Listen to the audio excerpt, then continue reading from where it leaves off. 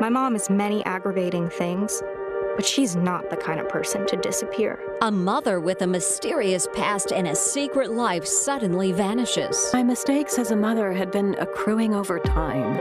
Now her teenage daughter confronts their rocky relationship and discovers a woman she barely knew. The book is meant to be a little bit of a permission slip for women. Even now, it feels complicated, the way everything always is with my mom. Like Mother, Like Daughter, the CBS New York Book Club's Reader's Choice. Right now, CBS New York's Book Club with Mary Calvi. Hello and welcome to our September Book Club meetup. We read books that have a tri-state connection in their plots and authors. Thousands of you voted for our last Reader's Choice. The book is about a New York City mother and daughter and how their complicated relationship takes a dangerous turn when the mom disappears and her daughter uncovers her secret life. Book Club producer Danielle Parker will share questions and comments from our readers during the show. Hi, Danielle. Hi, Mary. You know, when we first started reading Like Mother, Like Daughter, the author Kimberly McCreight told us that while her book is a mystery, it's ultimately a story about how a mother and daughter try to heal the rupture in their relationship before it's too late. And that was something that touched our readers during our Zoom. Alexandria, in fact, marked passages in the book. Mother I knew learned how to laugh at so many unfunny things. As together as she was, she had these horrific things happen to her. And I think she was, in her way, she was trying so hard to protect her daughter. Mothers always want the best for you, for their daughters. I know my mom did, and things that I had done when I was younger, or boys I was involved in that, they're not good enough for you, and then she was right. When you finally see what the end is about, it really fits together, you know. I think it follows through on the title of the book, Like Mother, Like Daughter. That's right. That's what Roberta said. Like mother, like daughter, indeed. These are women who go through a lot, forcing them to reveal their strengths and their vulnerabilities. And that gave us a lot to think about, Mary. Yeah, and us as well, Danielle. I love a book with emotional suspense, and this one had me throughout as it searches for the truth behind a mother's disappearance. I had the pleasure of finding out the truth behind the author, Kimberly McCreight, who is New York City through and through, when we met at one of Manhattan's outdoor gems. In a city where dreams really do come true comes the story of Kimberly McCreight. I couldn't find a job, but I was interviewing, and meanwhile I started writing Reconstructing Amelia, and I was working on it, and I just thought, I'm just going to keep writing because I can't find a job anyway. And the rest, as they say, is history. The author's debut novel, Reconstructing Amelia, not only hit the bestseller list, it was optioned for a movie. That was all a dream come true, kind of every stage of it, and not the best part about it, but it didn't actually look so good in the days leading up to the publication. Like there's a lot of fanfare when it was acquired, but then there were not. The pre-publication reviews were like just okay, and this is the reality of this business, you know. And you're like, oh no, and then 24 hours before the book came out, Entertainment Weekly reviewed it and said it should be compared to Gone Girl and gave it an A, you know, review and all this stuff. And that really changed the trajectory of that book and my career. I met McCreight on the High Line, a 1.5-mile public park on the west side. Built on a historic elevated rail line above the streets of Manhattan, it offers a one-of-a-kind view. The author, too, provides a unique perspective on the city in her writing. Even my mom follows the NYC neighborhood uniform. She's working part slope mom, through and through. Think Vince sneakers that cost $200. Never Gucci, even though she could afford them, because that would be in poor taste. Her latest book, Like Mother, Like Daughter, her 8th published novel, was chosen as the Reader's Choice for the CBS New York Book Club. And I don't really have a lot of options for respectable Upper West Side young lady, especially because I'm not 100% sure it's even a thing. Upper East Side? Definitely. Even I know that's some version of Chanel. I really can't think of setting my books anywhere else. Like I said, I feel like they are also a character in their own way. I also think people don't always understand New York City, and so it's nice to be able to write about it in a way that is so close to my heart. And I feel like I know it so well, and I know it from all different stages of my life because I was a teenager here myself. I was in college here, so I feel like I know all these different sides of it. McCreight's novels are page-turners, gripping and suspenseful, but they also deliver a powerful message. In this one, the truth about the relationship between mothers and daughters. I just think we need to get to a space where we take mothers off of a pedestal, because I think we only suffer if we're up there. Moms everywhere are going to really enjoy that moment, that it's okay to not be perfect. Yeah, and I really, it's amazing to me that even now, with as much as we know and as much as we talk, right, with social media, and there's like so much of people being more honest, that still it persists, you know, this idea that at any stage that there's some right way to be doing it, when we're all different and our children are all different. They're trying to survive. They're trying to make it through, and it's not easy for either of them. Absolutely, and I think that's the reality of parenthood, is that we're all just trying to make it through. And I think whatever family you have, whatever its makeup or your situation, whether or not it's, you know, financial or educational or what have you, like everyone's facing their challenges. And so, you know, the book in part is meant to explore like how you parent through that, you know, depending if the challenges come from your own history or maybe your current circumstances. I think there's a belief that parenthood is tough, but I don't think we for a second recognize just how difficult it is. Now to continue our conversation, we have Kimberly McCreight in studio. It's so good to see you, Kimberly. So good to see you again. And congratulations on all of your success. Thank you so with much. Not just this book, but so many others. And really, as with all of your novels, like Mother Like Daughter, just takes us from the very beginning and drags us into this deep suspense.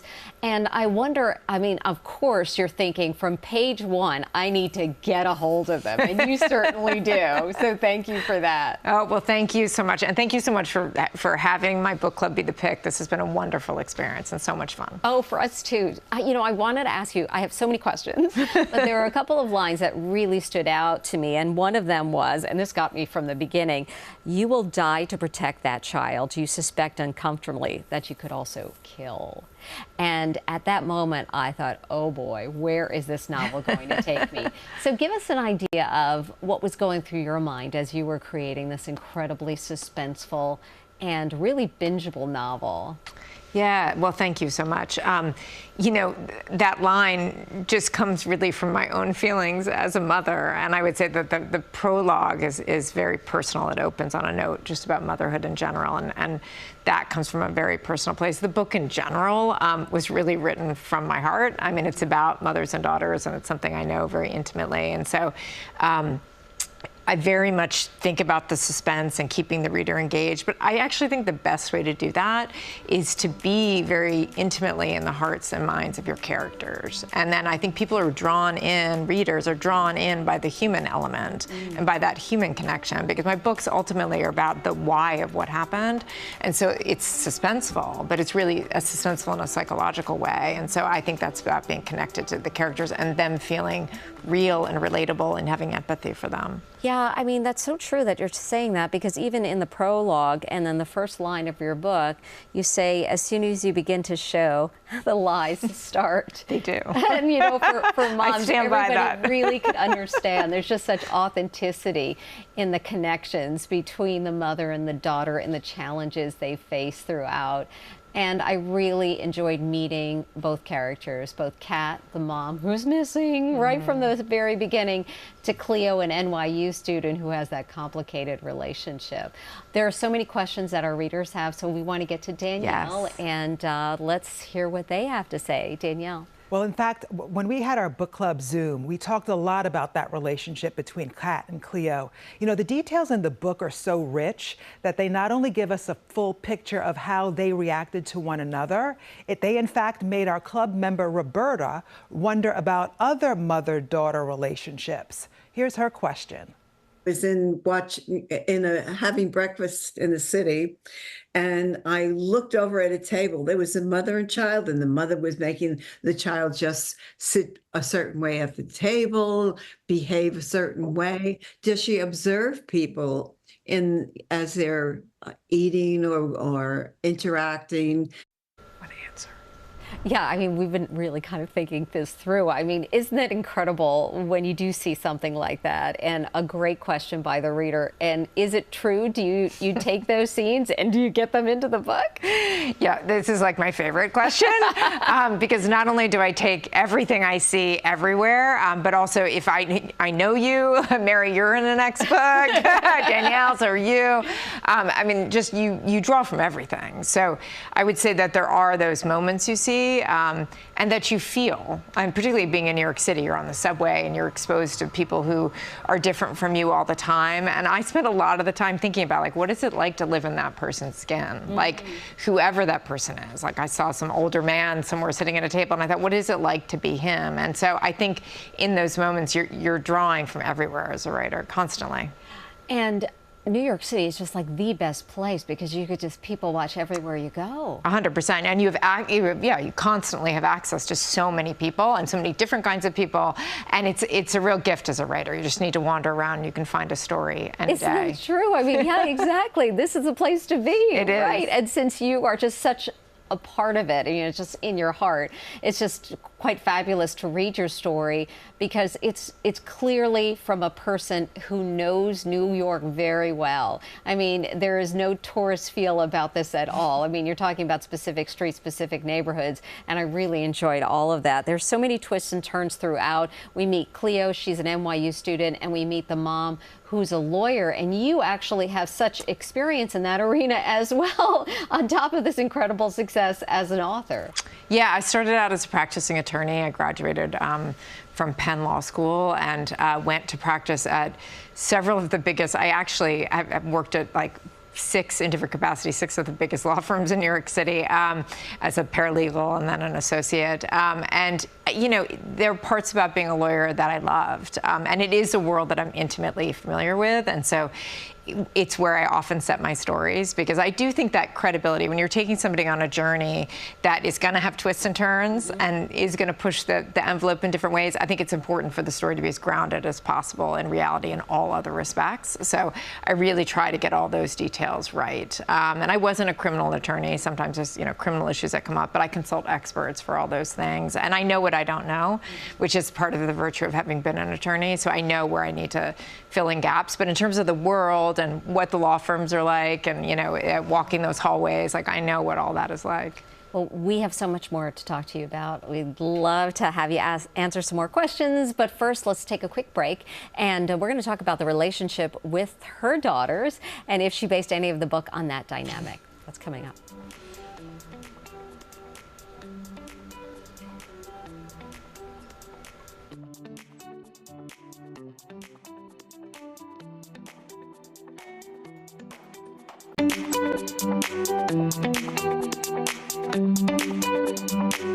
There's a lot of surprises at the end. I liked her line about a lie of omission is a lie all the same. That was in the book. And the bathroom door. I really, really enjoyed it. They should make it into a movie, in my opinion. Well, I think it's a good opinion because we think it would make a great movie too. So is something in the works, Kimberly? There is a TV show in the works. Oh, so this it is has, so exciting. yeah, it has been optioned, and it is, I'm a part of the development process of that. So it's just getting started, but I'm really excited about it. The team I'm working with, and eventually it will be announced, and it's very exciting. Congratulations. Thank you. Speaking of the beginnings, you were one of the very few authors who had just such tremendous success from the very first page that was printed. I mean, Reconstructing Amelia just took off. What did that feel like for you? I know there was so much work before right. it went to print. Right, which is a piece of it. So, it looks like, my first book out of the gate was just a wild hit. But of course, there were 4 books before that went unpublished. So by the time you get to the book that is actually sold, you're mostly struck with terror that like somehow somebody's going to take it from you most of the time in that lead up to it.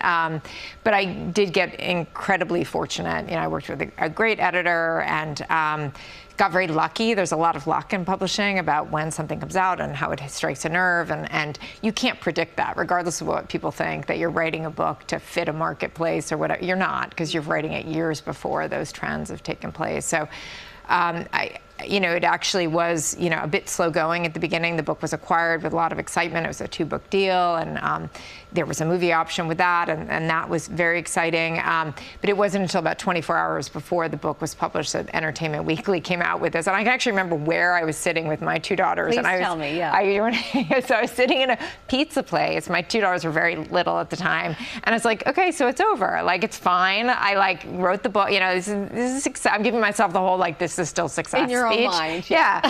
While trying to be normal with my daughters and not freak out while they're, being kids. And I can remember the alert, it was a Google alert popped up on my phone that the review for Entertainment Weekly had come out. And I just remember bolting upright, standing upright as I read it. And it really, it was a guy named Henry Goldblatt, who was the managing editor at the time, who reviewed it. And it really was a career-changing kind of review. And it was like somebody seeing the book in every way you hoped it would be seen. And there's something so meaningful about that. Wow. I mean, what an incredible moment, and just changing the trajectory of everything. Right. Our readers have more questions for you, so I want to get back to Danielle to find out what they are. There's a lot, but I just have to pause on what just happened right there, because we love that you're successful, we love your books, but we also frankly love hearing about the struggle, that it took 4 books that are probably sitting somewhere still, that you kept going, fortitude, onward, keep going, keep going. It's a lot of work, people, and if you're lucky, like Kimberly just said, luck sometimes has something to do with it, and then you have this great book like Mother Like Daughter, and in this book there are some wild moments, all the intrigue and conspiracy, the whodunit and where'd she go aspects. But at the heart, it's the characters that drove the story. It's about their emotions that were relatable. And Laura wants to know how much of it was real for Kimberly. How much of the relationship in the book between, the mother and daughter kind of comes from her own experiences with her daughters? A mother of 2 daughters. I mean, how much did you take from that relationship in this story? Only the parts where Kat is a perfect mother, it comes from me. So that's thing one. Anytime she's great. The best part is when I read reviews, they're like, Kat is over the top behavior, and I'm like, wait, which behavior is over the top? Yeah, that also seems normal to us. I wouldn't have said any of those things. Just to quote my elder daughter when she was reading this, she got to there's the piece in the book where it talks about Kat texting her college-age daughter, and she says texting with my mom was like facing a firing squad, and she got to that part, and she turned to me and she's like, so you're just her. And so I would say that it is true. I do a ton of texts like that, but in ways it's all us and me, and in ways the specifics are not at all. In fact, my daughters and I are very, very close. We have never gone through quite as a contentious period of time as Kat and Cleo did, but I can ground it enough in experiences we have had. We have had plenty of trying times, and I can see that. I don't have to understand the exact experience Kat and Cleo had. Those haven't happened in our life. I tend in my books, the emotional chord will be mine, but the specifics of the story, the action that takes place, isn't something that happened to us or to me. So that's how I ground it, but it definitely just I didn't have to do research on that part, I will tell you that. Yeah, and there's such growth in their relationship throughout this book. She just gets so close to her mom, even as she's searching for her. So that's really quite revealing and special. I wanted to ask you in regard to the twists and the turns, and when you're writing your book, when do you decide to really get us into this relationship and deep into it, is there a moment that you felt like in this story we should be paying attention to that really changed their relationship? You know, it's really meant to evolve over time, and I think that's the most realistic view of relationships, and mother and daughter relationships, that I can portray, is that it's not going to be a single moment. It's not going to be a single conversation. It's about like every day and day after day, and being there and listening and showing up repeatedly and trying again. Well, and I have to ask you, you know, it's incredible to talk to you about how much work you put into this and the research that you're doing. But a mom of two, you have 8 published novels, 9, I can't wait to ask you about that one, about to be published. How do you get this all done? I work all the time. Yeah. I work all the time. I mean, listen, it's a dream to make your life as a creative of any kind, as a writer in particular, that anybody pays me to do this is a miracle. And there is huge flexibility in my life. If I ever be like, I just can't deal with today, I don't deal with it. The reality is I never do that. I work every single day. And when you're in business for yourself and when you're creating, you're working all the time. And you don't take vacations in between books. You're right on to the next book. Because you're also making a living at it. I'm not also a professor. This is my life. So I love it, but it's not easy. And I think the idea for aspiring writers out there that you're sitting down every morning like, God, I can't wait to open this computer. That's like never happening. I'm just like, it's just like close your eyes, open the computer, and go. Like I do, from the lawyer background. I mean, I do have incredible tenacity and a work ethic and all those things. And thank you for law school for teaching me those things. But you just have to get the work done, and then enjoy the pieces that are magic and art and the muse and all that stuff. And that is a piece of it, but it's not the day-to-day. The day-to-day is a grind, like any job. And what a better, easier job than so many. I really want to just keep asking you questions about this. This is so fascinating. But our readers have more questions, so I want to get to them too. Danielle. There's too many questions about the time. We need to keep it here all day. Keep it going. Well, I love that Kimberly said about the evolution of the story, because one of the things that hooked the readers was the tension in the story as details of Kat's past were revealed. We learn about her troubled childhood. And one aspect really hit home for Sue. Here's her question. She had Katrina in the foster care system. I mean, I was adopted at birth, so I find all of that interesting. So why does she have any history on that, or something in her life that made her want to go in that direction? Yeah, you reveal throughout the book that Kat is in a group home. Tell me why you decided to bring that into the novel. What I find so interesting about that question is, I'm like, did I decide? Like, I don't remember like a moment where I was like, I'm going to do this. I write really intuitively, and so it just kind of, then that's just true as I'm writing.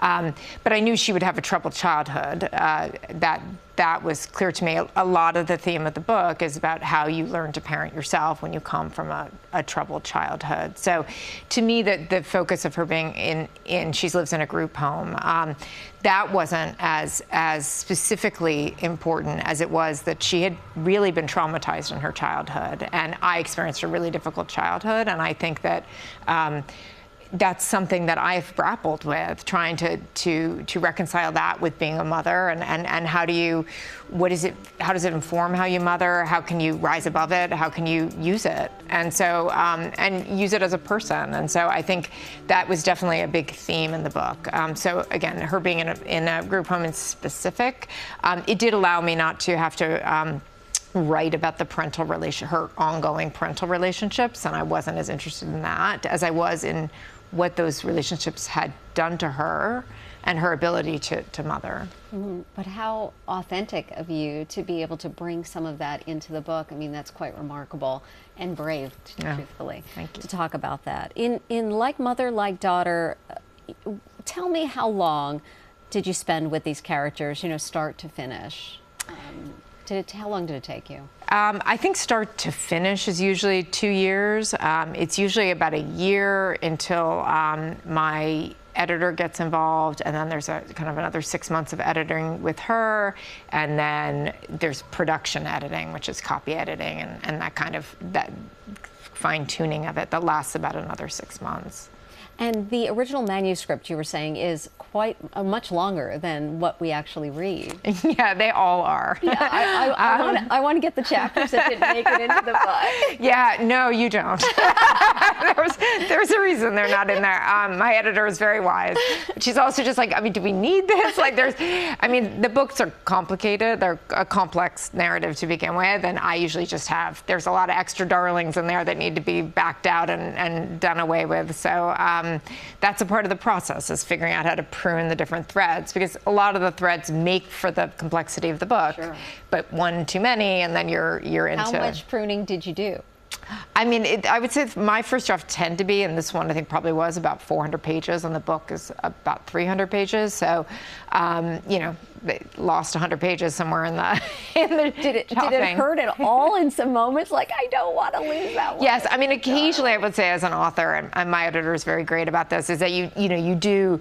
There are certain lines when we get down to lines, and I'm like, I'm fighting for that line. There's like that sentence is staying. So like, I will fight for those things. Okay, so what's next? Yes, so I'm finishing up. I finished a draft of my next book, which is called Someone Else's Husband, which is in a similar vein, set in New York City, opens with the murder of a youngish artist, and a man stands accused, a married man. The two met on a hike to Kilimanjaro. And so the story flashes back to that hike, flashes back to the marriage the man has with his wife in New York City. And it's a little bit, did they, didn't they on the mountain, what really happened.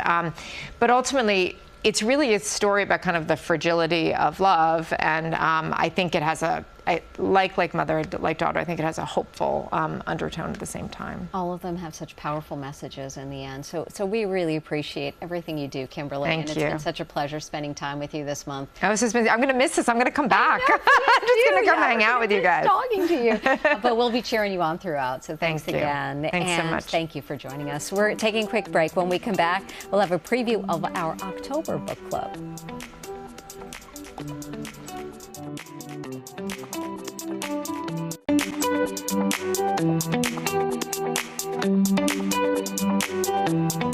Danielle, we're so excited about this one. The votes are in for the next read for the CBS New York Book Club. More than 10,000 votes were cast for our top 3 fic picks. And you selected Once More from the Top by Emily Layden as our reader's choice. Now, it's about a pop star who must reckon with her past after the body of her childhood best friend, who disappeared when they were in high school, is found. Once More from the Top is a mystery that mixes a small town feel with music, industry drama. Now you can get your copy of the newly published novel and read along for the next 4 weeks. And then we'll celebrate with a big virtual book club meetup where you ask the questions. For a free excerpt of the book, just head over to clubcalvi.com. I cannot wait to get started. Starting it today. Happy fall reading, everyone. We'll see you in October for our next meetup. Bye.